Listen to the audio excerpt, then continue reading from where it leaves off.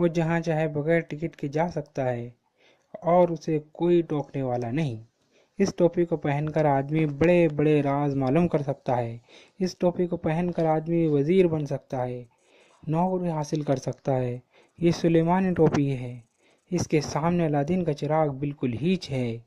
اسے رگڑنے کی ضرورت نہیں، کسی جین کو بلانے کی ضرورت نہیں، بس اسے سر پر پہن لیجئے، آپ کے سب کام پورے ہو جائیں گے۔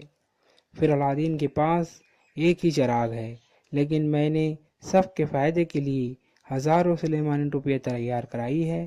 آئیے، مجھے ووٹ دیجئے اور ایک سلیمانی ٹوپی لیتے جائیے۔ ایک ووٹ، ایک سلیمانی ٹوپی۔ لوگ ووٹ دینے کے لیے بھاگنے اور شور مچانے لگے۔ سلیمانی ٹوپی زندہ باد، الادین کا چراغ مرد آباد۔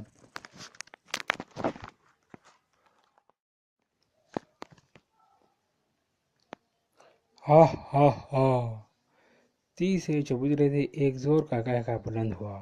سب لوگ ادھر دیکھنے لگے۔ وہاں ایک اور جادوگر سر پر سفید کاغذ کی ٹوپی رکھے، سفید کاغذ کا کوٹ پہنے، آنکھوں پر چشمہ لگائے، ہاتھ میں اخبار لیے ہنس رہا تھا اور کہہ رہا تھا، دوستو، یہ سلیمانی ٹوپی والا بہروپیہ ہے، بہروپیہ۔ یہ خود تو ووٹ لے کر غائب ہو جائے گا اور آپ کو کپڑے کی ٹوپیاں دے جائے گا۔ چاہے آپ ان کو سر پر پہنیے، چاہے تھیلی بنا کر گھر لے جائیے۔ دوستو، یہ سلیمانی ٹوپی کس کام کی؟ غائب ہو کر آپ کیا کریں گی؟ اگر آپ کو اس جادو کی دنیا میں رہنا ہے تو سچا جادو تلاش کرنے کی کوشش کیجیے اور سچے جادوگر کو اپنا بادشاہ بنائیے۔ مجھے دیکھیے، میرا جادو کسی کو غائب نہیں کرتا، کوئی ہوائی محل نہیں دکھاتا۔ میں ابھی آپ کے سامنے وہ چیز دکھا سکتا ہوں جس کی آپ کو ضرورت ہے۔ جادوگروں نے انگلی سے ایک آدمی کی طرف اشارہ کیا۔ کہو، کیا چاہتے ہو؟ اس آدمی نے کہا، مجھے اپنی زمین میں کنواں چاہیے۔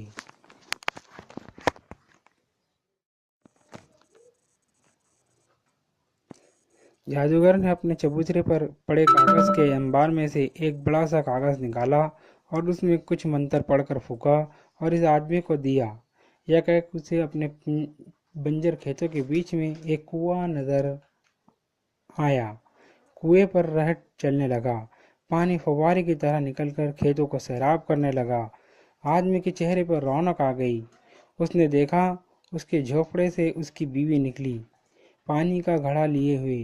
بیوی نے مسکرا کر خاوند کی طرف دیکھا اور خاوند اسی وقت وہ کاغذ ہاتھ میں لیے کہ اپنے گھر کی طرف بھاگا۔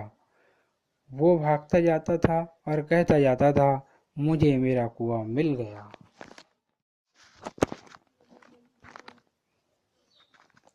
تمہیں کیا چاہیے؟ جادوگر نے دوسرے آدمی سے پوچھا۔ اس آدمی نے کہا، ہمارے قصبے میں کوئی اسکول نہیں ہے۔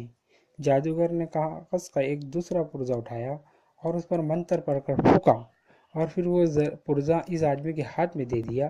آدمی اسی وقت اس کاغذ کو اپنے ہاتھ میں لے کر وہاں سے بھاگا۔ بھاگتے بھاگتے وہ کہہ رہا تھا، ہمیں اسکول مل گیا، ہمیں اسکول مل گیا۔ پھر کیا تھا، مجموعہ جادوگر پر ٹوٹ پڑا۔ ایک بولا، مجھے جوتا چاہیے۔ جادوگر نے اسے کاغذ کا پرزہ دیا۔ دوسرا بولا، مجھے موٹر چاہیے۔ تیسرا بولا، ہمیں اپنے گاؤں میں ایک اسپتال چاہیے۔ موہن نے یوسف سے کہا، تمہیں کاغذ پر کچھ نظر آتا ہے؟ یوسف نے کہا، مجھے تو سفید کاغذ ہی نظر آتا ہے۔ موہن نے کہا، ممکن ہے ان لوگوں کو کچھ نظر آتا ہو۔ اگر مان لیا جائے کہ انہیں کچھ نظر آتا ہے تو آخر کاغذ ہی پر نظر آتا ہے نا، اس کی حقیقت کیا ہے؟ یوسف نے اس آدمی کو بازو سے پکڑ لیا جس نے جادوگر سے جوتا مانگا تھا اور اس سے پوچھا، تمہیں جوتا مل گیا؟ اس آدمی نے بڑے غصے سے کاغذ کا پرزہ یوسف کے منہ سامنے لا کر کہا، دیکھتے نہیں ہو، مل گیا ہے، یہ دیکھو۔ یوسف کو سفید کاغذ ہی نظر آیا۔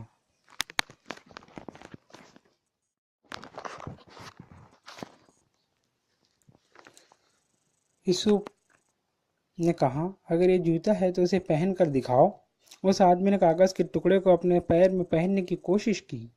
کاغذ بیچ سے پھٹ گیا، چر چر کی آواز چرر کی آواز سنتے ہی جادوگر زور سے گرجا، کون حقیقت پسند گھس آیا ہماری جادو کی دنیا میں؟ اسے جلدی نکالو ورنہ سب کچھ تباہ کر دے گا، ہمارا جادو سب ختم ہو جائے گا۔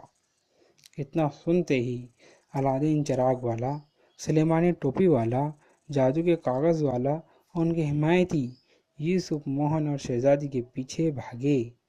وہ تو خیر ہوئی کہ یوسف نے بڑی چالاکی سے کام لیا۔